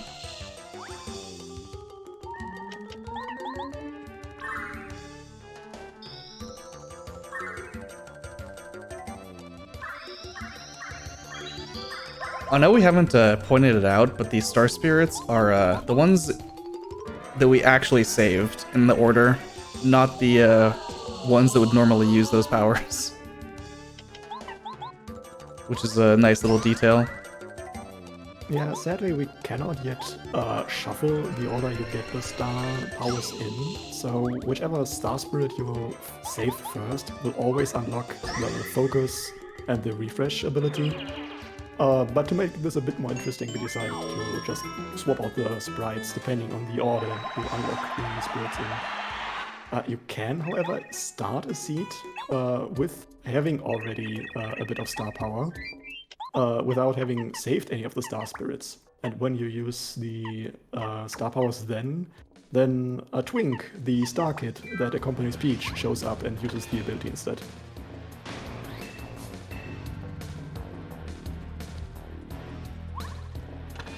So I have 25 HP at the moment. Hi, Jade Raven. For fun, we have a little bit of time. Let's check Peach's castle a little bit. There's only a few things here. This is normally Last Stand, and it's a lot worse than Last Stand. Okay, I will level on Hallway Bowser also. With these settings, he gives you around 60 star points.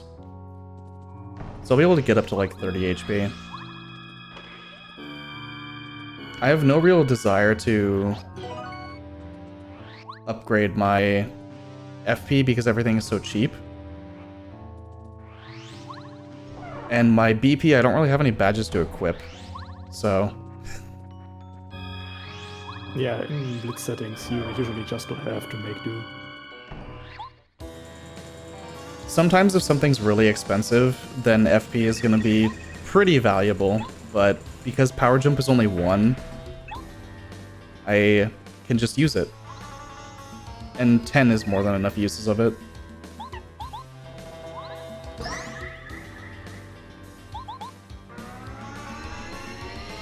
Although, okay. math real quick. He has defense, so power jump is doing 1 more damage than jump times 2 would do. Power jump actually doesn't scale very well with damage increasing badges because the normal jump action command scales by 2 for every 1 damage increasing badge you give it, whereas power jump scales by 1. Since power jump is normally your jump times 2 plus 2 extra damage, after 2 damage increasing badges against an enemy with 0 defense, it's the same as if you had just done a normal jump. Yeah, due to the nature how the damage increasing badges work in Paper Mario and TTYD, generally jumping normally is strictly better than using the hammer, except for some niche situations, enemies or badge layouts. Yeah. Bowser healed, that's fine. He can only do it once in the hallway fight. If he does fire, I get peril.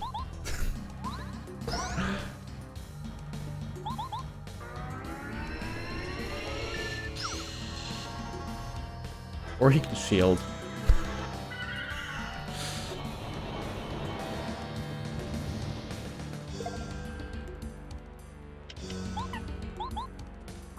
I didn't mean to click refresh. Whatever.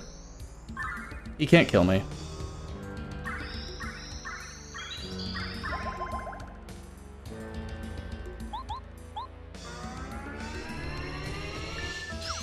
Also, English-Japanese difference right there. Watt did 1 damage to Bowser because we're on the English version of the game. On the Japanese version of the game, Watt would actually do 0 damage because he has more defense with the Star Shield up.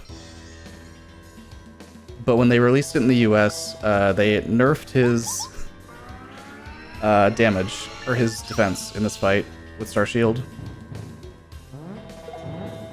Let's go, Peril. Woohoo! Now he's really dead. It is such a random change. Because you think he's invincible. Like, that's the logical assumption to make, is he's invincible there. But it turns out he isn't. He just has 4 defense with the Star Shield. 4 unpierceable defense. So that's why Watt didn't do 5 damage.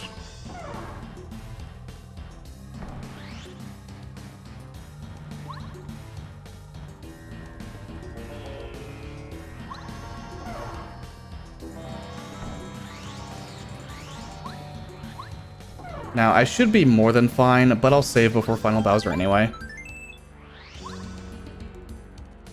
I have so many repel gels that even if it takes a slower fight, I probably can't lose.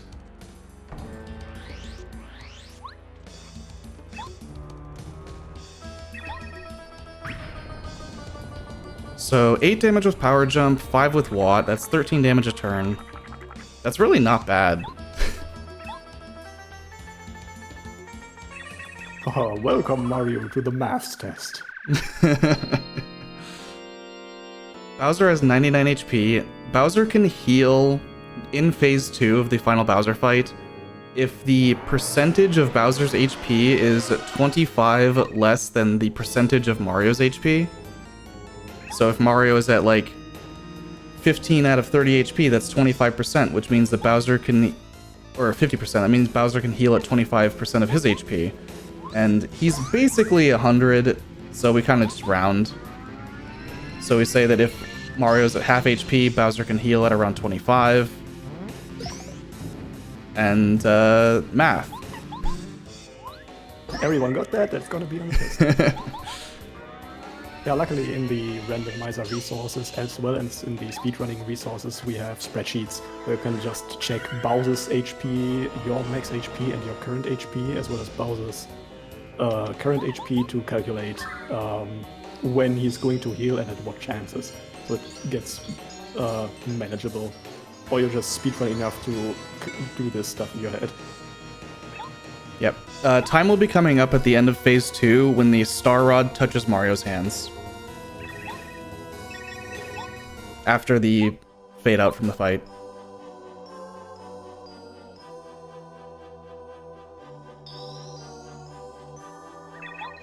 This fight is going to take a little bit, probably, I would say a couple minutes if everything goes well. At 30 HP, it's pretty unlikely to ever have to deal with Bowser's healing. Just because of the math that we just went over.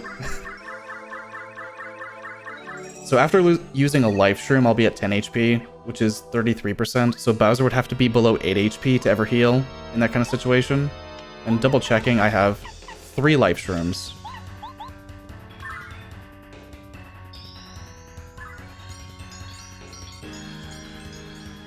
So I will definitely be burning life shrooms over using repel gels just to get more turns in with Mario.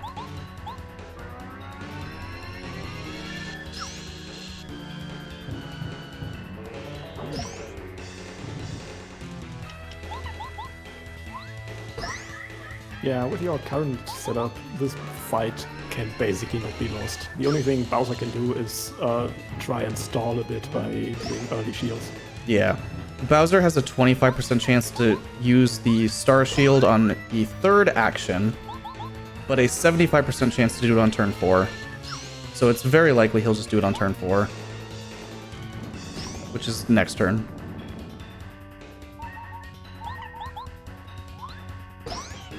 I just need to watch his HP a little bit. He's still well above 8, so... Should shield, yep. Pretty standard Bowser. If he shields on a later turn, it's incredibly rare. Obviously 25% of the time he'll shield on the next turn. Because it's 75% every turn after the 3rd that he doesn't use the shield.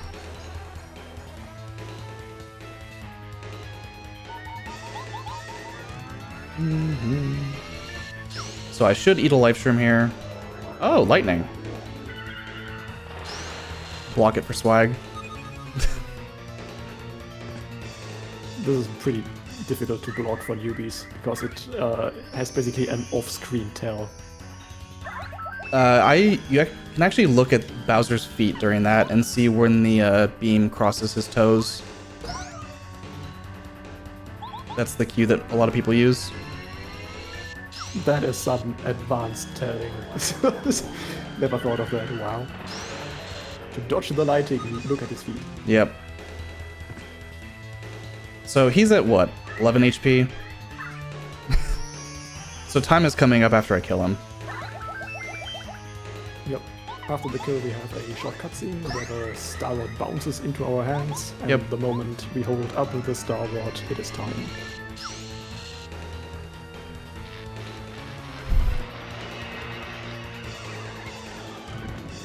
GG.